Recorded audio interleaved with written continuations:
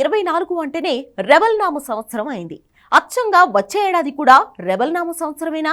ఎందుకంటే next year మీద ప్రభాస్ ఏమాత్రం కనికరం లేకుండా దాడి చేయబోతున్నాడు. ప్రతి 3-4 నెలలకో మూవీతో సినీ సునామీకి స్కెచ్ చేశాడు.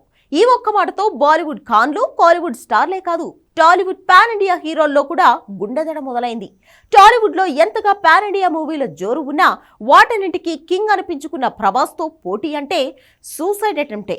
కాబట్టే వచ్చే ఏడాది మీద జాలి లేకుండా 1 కాదు 2 కాదు 3 సినిమాలతో దాడి చేయబోతున్న రెబల్ స్టార్ వల్ల చాలా మంది స్టార్స్ లో కంగారు పెరిగిందా?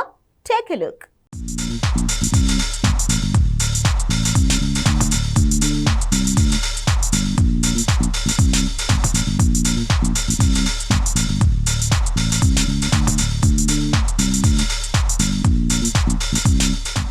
రెండు 2024లో కల్కి 1200 కోట్ల క్లబ్లో ఆల్మోస్ట్ చేరింది. లెక్కలేనన్ని రికార్డులు రాబట్టింది, ఇంకా రాబడుతూనే ఉంది.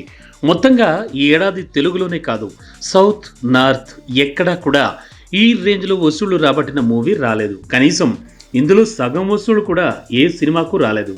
ఇదే కాదు, లాస్ట్ ఇయర్ వచ్చిన సలార్తో 750 కోట్లు రాబట్టి అలా లాస్ట్ ఇయర్ సౌత్ అంతా ప్రభాస్ నామ సంవత్సరంగా మారింది.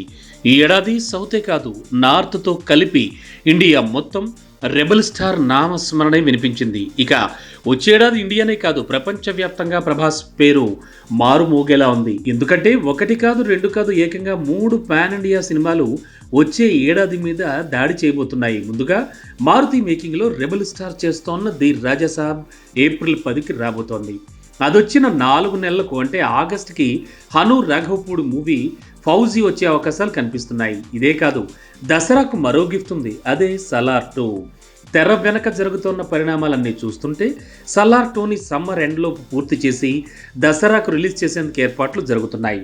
ఇవి ఏమాత్రం మేకింగ్ కాస్త అటు ఇటు అయినా ఆగస్ట్ అనుకున్న ఫౌజీని దసరాకి అనుకున్న సలార్ సీక్వెల్ని క్రిస్మస్కి ప్లాన్ చేస్తారట.